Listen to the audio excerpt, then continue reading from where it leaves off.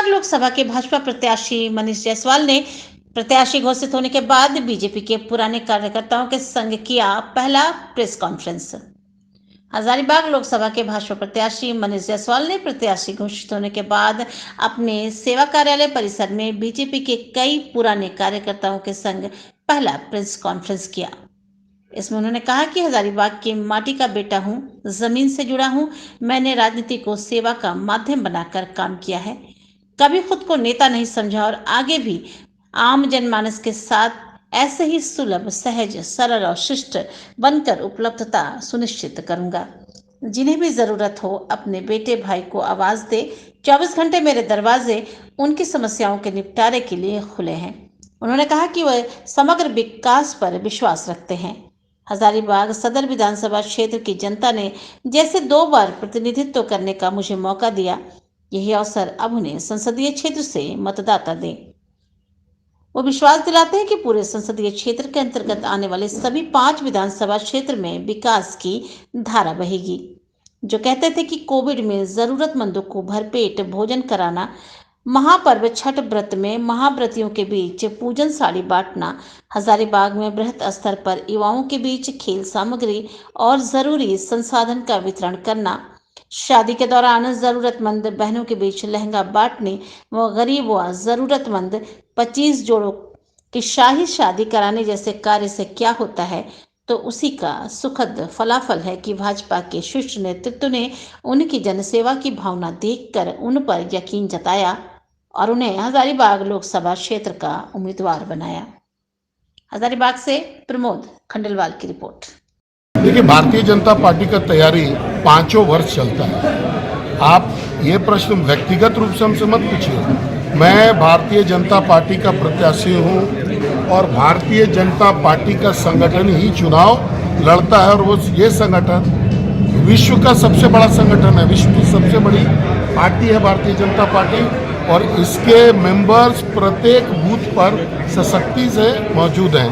तो इसमें मुझे कोई तैयारी करने की ज़रूरत नहीं है। पार्टी चुनाव लड़ रहा है और पार्टी के चेहरे के रूप में मैं जनता के बीच में जा रहा हूँ।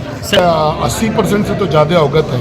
ये सब मेरे नेबरहुड का ही एरिया था और हमेशा इस एरिया में जाना आना मेरा रहा है, तो इसलिए ये कोई समस्या भी नहीं है। आप देखे होंगे कि जिस दिन मुझे टिकट मिला उसके दूसरे दिन सुबह से दूसरे दिन शाम को टिकट 6 बजे डिक्लेयर होता है और दूसरे दिन 9 बजे मैं पतरातू होते हुए लंबा चौड़ा कार्यक्रम करते हुए हजारीबाग आता हूँ, तो कोई समस्या नहीं है। सर, एक महत्वपूर्ण सवाल पहले से है, कोई नई बात तो है नहीं कि यशवंत सिन्हा साहब पहले से जो है वो टीएमसी के मेंबर है, बहुत दिनों से हैं और जयंत सिन्हा सर जो है भारतीय जनता पार्टी के सदस्य बहुत पहले से। कोई नया तो कोई बात है नहीं।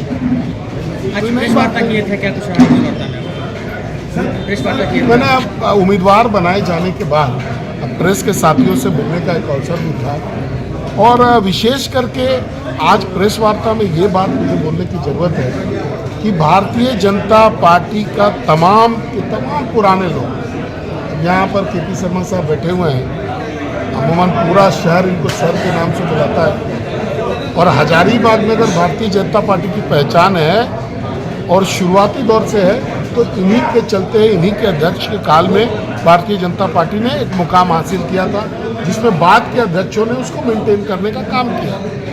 तो आज आप देख रहे होंगे कि बहुत पुराने से लेकर के वर्तमान तक के जो भारतीय जनता पार्टी के सदस्य हैं सब एक मंच पर आकर के जो है चुनाव हम लोग लड़ रहे हैं। तो भारतीय जनता पार्टी एक होकर के, संगठित होकर के और बिना किसी को छोड़े हुए जो पुराने से पुराने लोग हैं उन सभी को साथ लेकर के इस चुनाव में उतर रही है। सर, अपोजिशन का काम अपोजिशन का, हमको अपना चुनाव लड़ना है। अब कांग्रेस क्या करती है ये मेरा विषय नहीं है, ना तो हमको उसके लिए चिंता करने की जरूरत है ना घबराने की जरूरत है। ये इलेक्शन है, कोई ना कोई तो लड़ेगा ही। सर, विधानसभा के मुद्दे देखिए, मुझे अच्छे से एहसास है कि इस बार मैं लोकसभा का प्रत्याशी हूँ, विधानसभा का प्रत्याशी नहीं हूँ। तो लोकसभा के प्रत्याशी की हैसियत से लोकसभा के जो विषय हैं उन्हीं पर बात करने का मुझे फोकस भी करना चाहिए और मैं उन्हीं सब विषयों पर बात भी कर रहा था। अभी मैंने प्रेस में कॉन्फ्रेंस के दौरान बोला कि विस्थापन, रेल का नेटवर्क, रोड का नेटवर्क और जो केंद्र की एजेंसी से जो आने वाले जो काम हैं उन पर मेरा फोकस रहेगा। सर